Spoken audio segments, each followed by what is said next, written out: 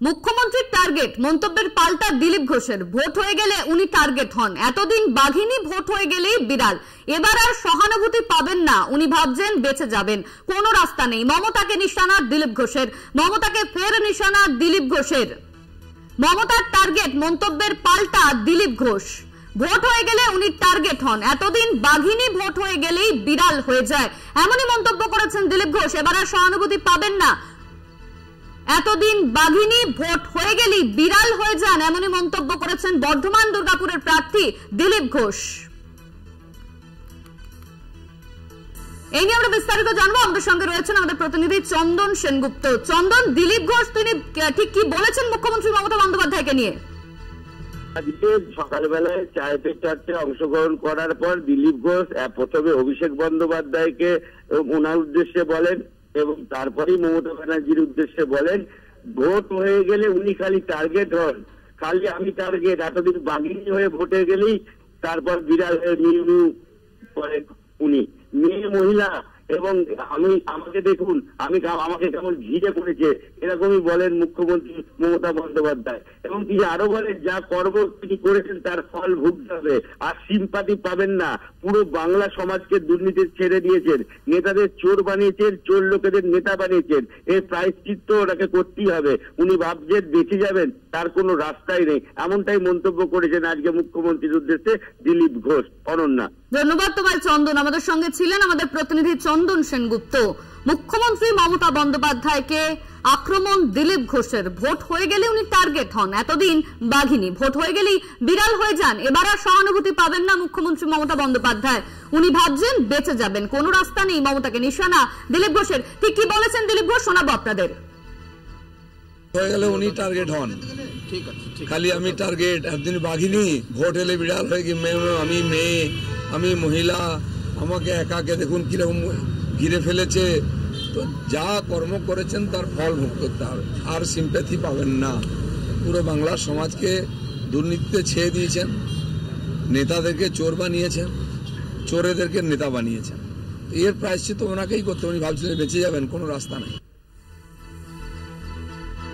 আপনাদের জানিয়ে রাখি, একদিকে অভিষেক বন্দ্যোপাধ্যায়কে বেলাগাম আক্রমণ, অন্যদিকে মুখ্যমন্ত্রী মমতা বন্দ্যোপাধ্যায়কেও আক্রমণ দিলীপ ঘোষের। দিলীপ ঘোষ তিনি বলেন, ভোট হয়ে গেলে উনি টার্গেট হন, এতদিন বাঘিনী ছিলেন। মমতা বন্দ্যোপাধ্যায়কে বেলাগাম আক্রমণ দিলীপ ঘোষের। উনি সহানুভূতি আর পাবেন না, উনি ভাবছেন বেঁচে যাবেন, কোনো রাস্তা নেই। মমতাকে নিশানা দিলীপ ঘোষের। বর্ধমান দুর্গাপুরের প্রার্থী দিলীপ ঘোষের নিশানায় মুখ্যমন্ত্রী মমতা বন্দ্যোপাধ্যায়। আজও ফের মুখ্যমন্ত্রী মমতা বন্দ্যোপাধ্যায়কে নিয়ে তোপ দাগলেন দিলীপ ঘোষ।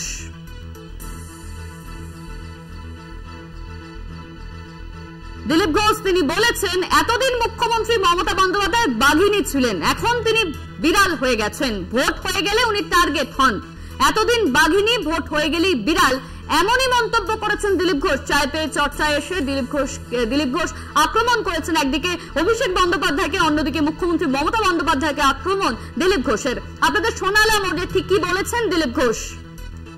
ভোট হয়ে গেলে উনি টার্গেট হন, এতদিন বাঘিনী, ভোট হয়ে গেলেই বিড়াল হয়ে যান, এবার আর সহানুভূতি পাবেন না, এমনই মন্তব্য করেছেন দিলীপ ঘোষ।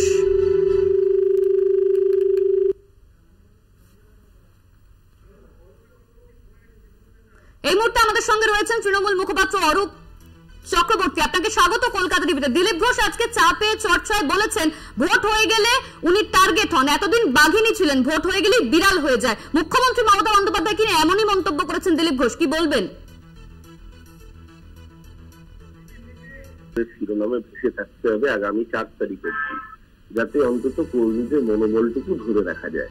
কারণ দিলীপ ঘোষকে যে সিটে পাঠিয়েছে তার যত ওর দল চেয়েছে দিলীপ ঘোষ হেরে যাক, তার জন্য তৎকাল বিজেপি, নব্য বিজেপির হাতে পড়ে দিলীপ ঘোষ তার নিজের আসন থেকে লড়তে পারেননি। তার যত টিকিটই দিচ্ছিল না, তারপর বহু কষ্টে টিকিট দিয়েছে এমন আসনে যে আসন থেকে দিলীপ ঘোষের যেটা অনিশ্চিত এবং জিতবেন না দিলীপ ঘোষ, সেটা তিনি নিজেও জানেন। তার জন্য তাকে এই ধরনের ইস্পটাং মন্তব্য করে খবরের শিরোনামে থাকতে হবে। আর দ্বিতীয় কথা, ওনার মন্তব্য বুঝিয়ে দিচ্ছে যে অভিষেক বন্দ্যোপাধ্যায়কে বিজেপি থেকে আসলে কতটা ভয় পাচ্ছে, অভিষেক বন্দ্যোপাধ্যায় সাংগঠনিক নেতৃত্ব কতটা ভয় পাচ্ছে। মমতা বন্দ্যোপাধ্যায় যোগ্য উত্তরসূরি হিসেবে অভিষেক বন্দ্যোপাধ্যায় যেভাবে নিজেকে প্রমাণ করে ফেলেছেন, তাতে বিজেপি আশঙ্কিত, আতঙ্কিত, চিন্তান্বিত। আর বিজেপির মুখে যত চোর নিয়ে কথা কম শোনা যায় তত ভালো, কারণ এই বিজেপি যাদেরকে চোর বলে পরবর্তীকালে তারা বিজেপিতে যোগ দিলে বিজেপির নেতা হয়ে যায়। অভিষেক বন্দ্যোপাধ্যায় মেরুদণ্ড সোজা রেখে বিজেপির বিরুদ্ধে লড়াই করছেন, তাই তার বিরুদ্ধে তার বাড়িতে ইডি যাচ্ছে, সিবিআই যাচ্ছে। সারা ভারতবর্ষে যারাই বিজেপির বিরুদ্ধে লড়াইটা করছে তাদেরকে ইডি, সিবিআই যাচ্ছে।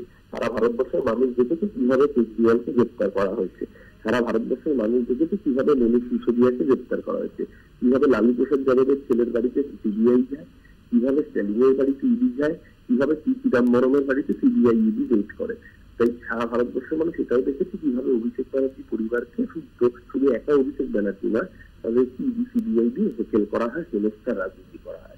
সুতরাং এই রাজনীতি ভারতবর্ষের মানুষ মেনে নেয়নি বলেই অভিষেক বন্দ্যোপাধ্যায়কে বাংলার মানুষ আরো বেশি করে আপন করে নিয়েছে। অভিষেক বন্দ্যোপাধ্যায়ের নেতৃত্বে বাংলার মানুষ আস্থা রাখছে। এটা দিলীপ ঘোষও বুঝতে পেরেছেন বলেই এখন টার্গেট অভিষেক ব্যানার্জি।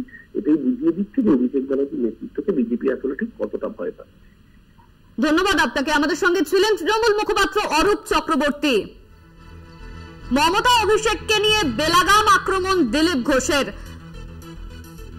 ভোট আসলেই উনি টার্গেট হন, এতদিন বাঘিনী, ভোট হয়ে গেলেই বিড়াল হয়ে যান। এবার আর সহানুভূতি পাবেন না, উনি ভাবছেন বেঁচে যাবেন। কোনো রাস্তা নেই, মমতাকে ফের নিশানা দিলীপ ঘোষের।